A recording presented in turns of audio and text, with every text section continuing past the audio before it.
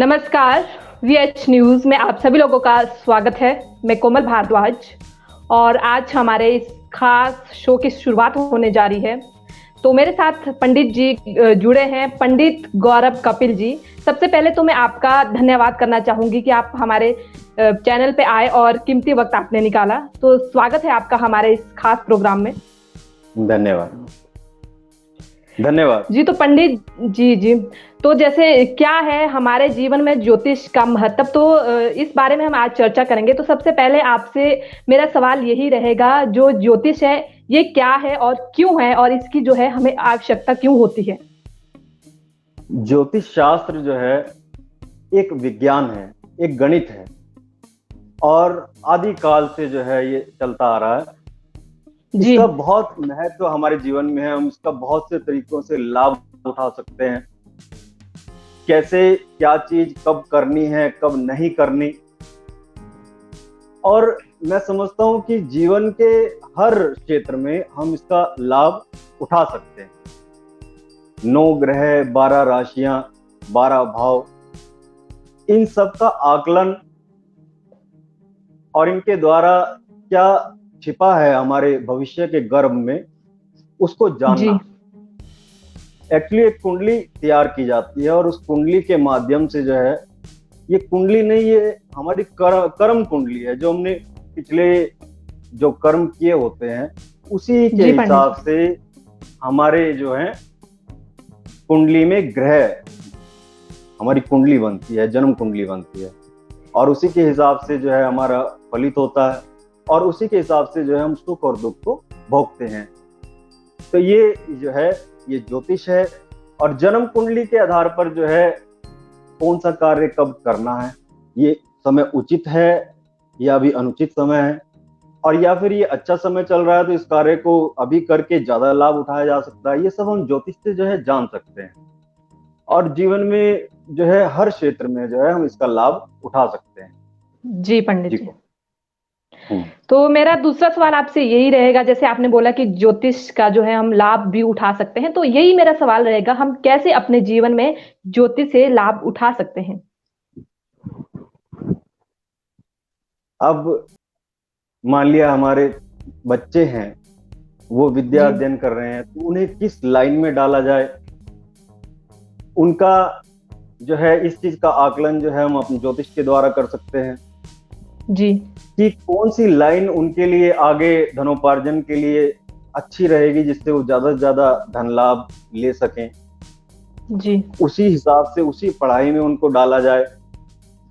और कुंडली में जो दशम भाव होता है वो हमारे कर्म को, जो हम व्यवसाय करें या जॉब करें, उसको दिखाता है। उसी के हिसाब से जो है हम अपने बच्चों को उसी लाइन में डाल सकते हैं। तो इस प्रकार से हम ज्योतिष से बहुत सा लाभ उठा सकते हैं और बिजनेस के लिए ये समय उपयुक्त है या अनुपयुक्त है, या हमें अभी कहीं पैसा लगाना है तो अभी हमें पैसा लगाना चाहिए या नहीं लगाना चाहिए, या अगर हमारा समय अच्छा चल रहा है तो उस समय को हम, अगर हमें पता है कि ये समय हमारा अच्छा है जी, तो उस समय को जो है हम ज्यादा मेहनत करके, ज्यादा परिश्रम के द्वारा उस समय का ज्यादा लाभ भी उठा सकते हैं। और अगर कुंडली में थोड़ा समय कमजोर चल रहा है तो उस समय जो है हम कहीं पैसा इन्वेस्ट ना करें, जिससे हमारा धन जो है वो खराब ना हो, उसकी हानि ना हो। तो इस प्रकार से बहुत से तरीकों के द्वारा जो है हम ज्योतिष से लाभ उठा सकते हैं। जी, जैसे कुछ लोग कहते हैं कि हमारे समय में मिलान नहीं होता, तो यहाँ पर मिलान की आवश्यकता क्यों होती है? मेरा अगला सवाल यही है आपसे। पहले समय में जो है बहुत सारी चीजें नहीं होती थी जो अब हो रही हैं।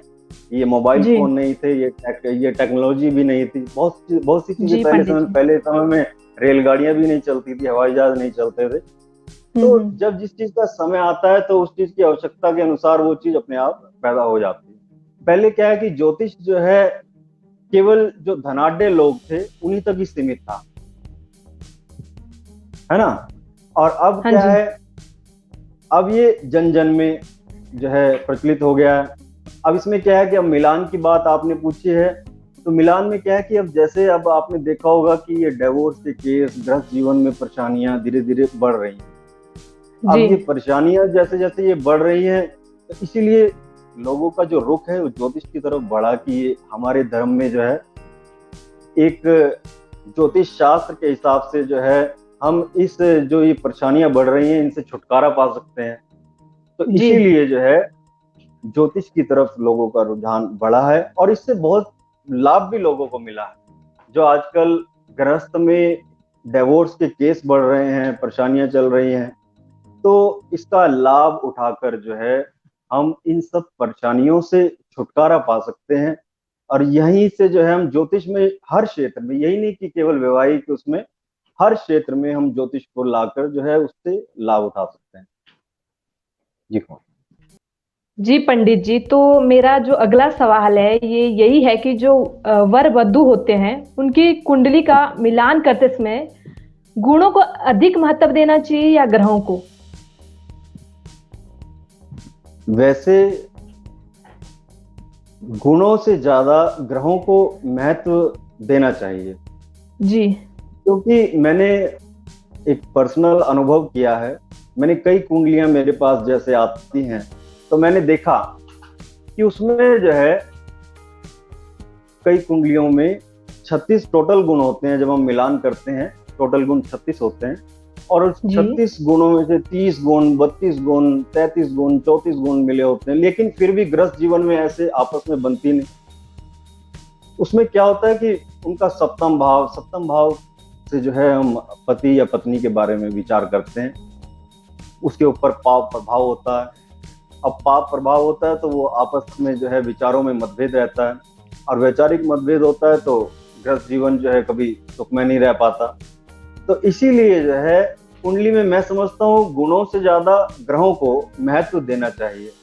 कई लोग अपनी मेरे पास आए तो जिन्होंने कुंडली मिलाई और उसके बाद भी गृहस्थ में जो है दिक्कत हुई, तो उन्होंने जो है गुणों को ज्यादा महत्व दिया, ग्रहों की अपेक्षा गुणों को ज्यादा महत्व दिया, जिसके कारण से अगर मान लिया किसी की कुंडली में जो है पति या पत्नी का भाव खराब है, तो उसके चाहे आप 36 में से 36 गुण मिलाकर भी अगर विवाह करेंगे तो वो गृहस्थ जीवन में परेशानियां रहेंगी।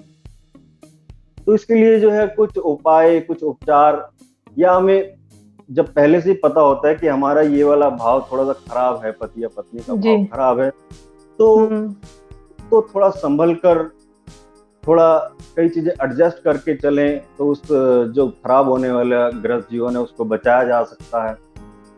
तो इस प्रकार से जो है ज्योतिष के आधार पर जो मिलान का जो चलन है वो बड़ा है, तो इसलिए जो है गुणों को, ग्रहों को ज्यादा महत्व देना चाहिए। जी पंडित जी। तो जैसे कि पंडित जी देखा जाता है कि आजकल जो है मांगलिक दोष के नाम पर लोगों को डराया जाता है, तो मांगलिक दोष क्या होता है और इसका क्या महत्व होता है शादी और ब्याह में? नहीं, इससे कोई डरने की आवश्यकता नहीं है। एक दोष होता है मांगलिक दोष, जब कुंडली में प्रथम भाव में, चतुर्थ भाव में, सप्तम भाव में, अष्टम भाव में या द्वादश भाव, 12वें भाव में मंगल की स्थिति बनती है तो मांगलिक दोष आता है, मांगलिक दोष बन जाता है। और इसका जो है केवल विवाह जब करते हैं तो विवाह के समय थोड़ा ध्यान रखना आवश्यक होता है। तो उस समय जो है विशेष जो है हमें ध्यान रखना चाहिए, थोड़ा मिला के जो है विवाह करें, तो ऐसी कोई इससे डरने वाली कोई बात नहीं है। पंडित जी, अगला सवाल मेरे आपसे यही रहेगा कि जो मंगली है और जो एक इंसान मांगलिक होता है, क्या वो दूसरों नॉन मांगलिक के साथ शादी कर सकता है? हाँ बिल्कुल, ये बड़ा सवाल है आपसे। हाँ बिल्कुल कर सकता है। एक मंगलिक और नॉन मंगलिक का विवाह संभव है, हो सकता है। इसमें क्या होता है कि एक अगर लड़का मंगलिक है और लड़की मंगलिक नहीं है, तो इसमें क्या है कि लड़की की कुंडली में कुछ ग्रह ऐसे होते हैं, जैसे शनि हो गया, राहु हो गया, तो ये पाप ग्रह जो होते हैं ये मंगलिक दोष को काटते हैं, सामने वाले के मंगलिक दोष को जो है ये काटते हैं। मंगलिक दोष का असर इसलिए भी ज्यादा होने लगा है इस समय। देखो आजकल हम जो रहते हैं जिन कमरों में, वो बिल्कुल बंद हो गए। एसी की वजह से वो कमरे बिल्कुल सील पैक हो जाते हैं। और ये जो ग्रहों का जो एक खेल होता है वो रेंज का खेल है सारा।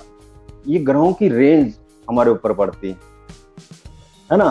तो उसमें क्या है कि अगर किसी कुंडली में मंगलिक दोष है तो उसकी जो बैड इफेक्ट है वो सामने वाले के ऊपर पड़ते हैं, और वो सामने वाले के ऊपर पड़ेंगे तो उनके आपसी तालमेल में वो गड़बड़ करेंगे, या तो आपस में बनेगी नहीं, या एक के स्वास्थ्य में गड़बड़ होगी। तो कुछ ना कुछ जो है इसमें हानि होने की संभावनाएं रहती हैं। लेकिन अगर मंगलिक दोष कट रहा है, कटता कैसे है कि अगर लड़की मंगलिक है और लड़के की कुंडली में शनि, राहु आदि जो है पाप ग्रह उसी भावों में, उन्हीं भावों में, जिन जिन भावों में मंगल मंगलिक दोष बनाता है, अगर उन्हीं भावों में स्थित है तो वो मंगलिक दोष को जो है काट कर देते हैं, जिससे हम मंगलिक और नॉन मंगलिक का विवाह करवा सकते हैं। और अगर मंगल जिन भाव में बैठा है और उसी भाव में शनि या राहु बैठे हो तो ये बहुत ही अच्छा दोष कट जाता है इससे। तो इस प्रकार से जो है हम मंगलिक दोष को काट कर मंगलिक और बिना मंगलिक का विवाह करवा सकते हैं, और इससे मैं समझता हूँ कि आने वाले जीवन में कोई बाधा उनको नहीं रहती। तो इस प्रकार से जो है मंगलिक और नॉन मंगलिक का विवाह किया जा सकता है। शिक्षा और करियर में कैसे उपयोगी बन सकता है ये ज्योतिष की ही बात कर रहे हैं हम। हाँ, जैसे मैंने अभी पहले भी आपसे बताया कि दशम भाव जो होता है वो कर्म को दिखाता है कि हमें भविष्य में कौन से कर्म में सफलता मिलेगी, है ना। चाहे हम व्यापार करें या बिजनेस करें। जैसे अगर कुंडली में सूर्य दशम भाव से संबंध रखता है तो दवाइयों का कार्य हो गया, या प्रशासनिक जो जॉब होती है, सरकारी राजपक्ष से जो संबंधित जॉब होती है उसमें ये आगे बढ़ाता है। मंगल मिलिट्री से संबंधित है, पुलिस से संबंधित है, डिफेंस से संबंधित है। और ऐसे ही बुध जो है एक बैंकर है, एक अच्छा ज्योतिषी है बुध, और एक अच्छा गणित का अध्यापक है बुध। ऐसे ही गुरु जो है पठन पाठन से संबंधित है, शुक्र एक्टिंग से संबंधित है।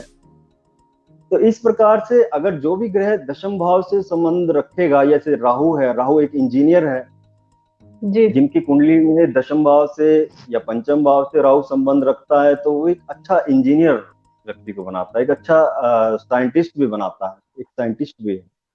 क्योंकि राहु जो होता है ना एक गहरे ज्ञान का कारक होता है, गूढ़ ज्ञान जो होता है, जिसके बारे में लोग, आपने देखा होगा कई वैज्ञानिक जो खोज करते हैं, शुरू में लोग बाग उन्हें कहते हैं ये पागल हो गया, ये इस बारे में सोच रहा है, लेकिन वही एक ऐसी खोज कर देता है कि बाद में उसकी जय जयकार हो जाती है। तो ये राहु जो है एक वैज्ञानिक है, एक इंजीनियर है।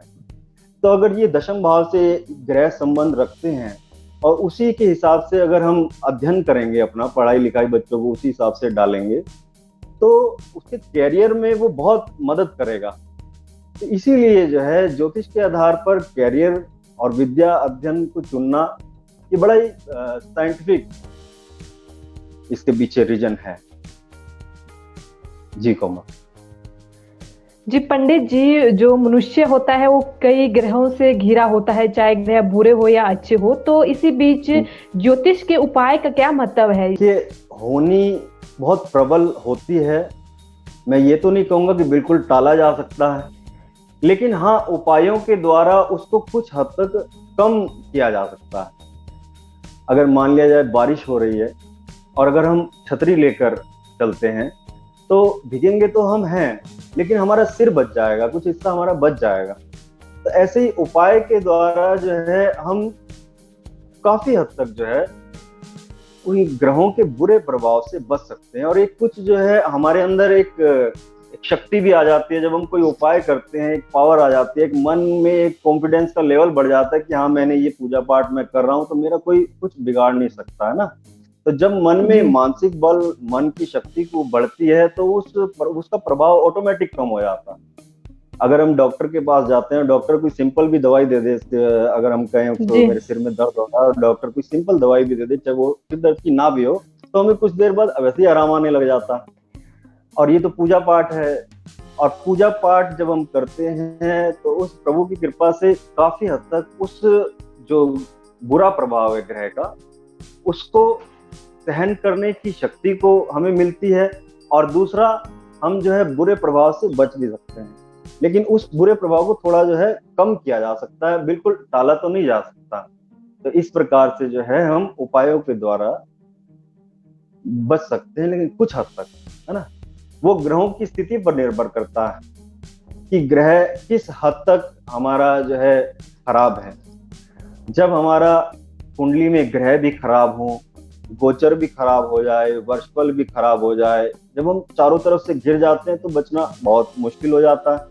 लेकिन जब एक आधा ही ग्रह खराब, मतलब कुंडली कुंडली खराब चल रही हो, गोचर अच्छा चल रहा हो, तो हम बच के निकल जाते हैं। तो इस प्रकार से उपायों के द्वारा कुछ हद तक जो है हम उस अनिष्ट को, अरिष्ट को जो है टाल सकते हैं, लेकिन कुछ हद तक, है ना। जी जी कहो। जी पंडित जी, बहुत बहुत शुक्रिया पंडित गौरव जी, जो आप हमारे साथ जुड़े और हमें ज्योतिष का महत्व बताया। उम्मीद करते हैं इससे जो है हमारे दर्शकों को जरूर लाभ मिलेगा।